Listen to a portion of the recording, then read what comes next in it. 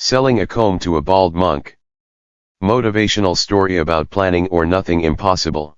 A big firm requested resumes from 3 professional salespeople. Because they all had similar qualifications, the interviewer decided who would get the job by holding a sales competition.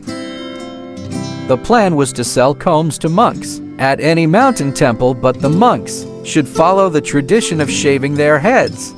The interviewer said, "You have 3 days, and the individual who sells the most will receive the job." After 3 days, the 3 applicants returned with their findings. The first candidate reported that it was a pretty difficult position, but I sold 1 comb. They initially accused me of blatantly ridiculing them and chastised me. I decided to quit since I was so dissatisfied. The first candidate added that, however, on the way back, I noticed a young monk scratching his head continuously because of an itch. He just purchased 1 comb after I told him that it would relieve his itching. The second candidate said, "That's fine, but I did better. 10 combs were sold to me." The interviewer was impressed and asked, "How did you achieve it?" The second candidate replied, "I noticed that the guest's hair was all messed up because of the severe winds they encountered on their trip to the temple. I convinced the monk to give the worshippers combs to make them appear more reverent." The third candidate exclaimed, "Not so fast. I sold more than both of them." The interviewer pressed for a number when asked how many copies were sold. "There must be hundreds of combs." "Wow, how did you accomplish it?" asked the interviewer.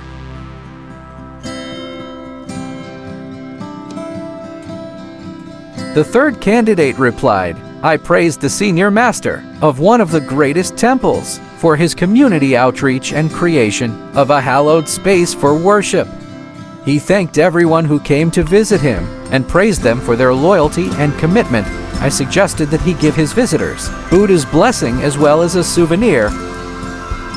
I showed him the wooden combs I'd carved with encouraging messages and described how they'd be used on a regular basis to remind people to be kind to others. He liked the idea so much that he ordered 1,000 brushes." The third candidate added, "You got fortunate." One of the other candidates sniped sorely. "Not really," the interviewer replied. "He had the comb etched before he arrived, since he was prepared. If not this temple, someone else will want it." The third hopeful candidate grinned and said, "There is more. I went back to the temple the day before yesterday to check on the master. Many visitors who saw the Buddha's blessing on the comb returned home and told their friends and families about it. The number of everyday visitors is increasing. As a result, the comb is highly sought after and people are ready to pay a premium for it.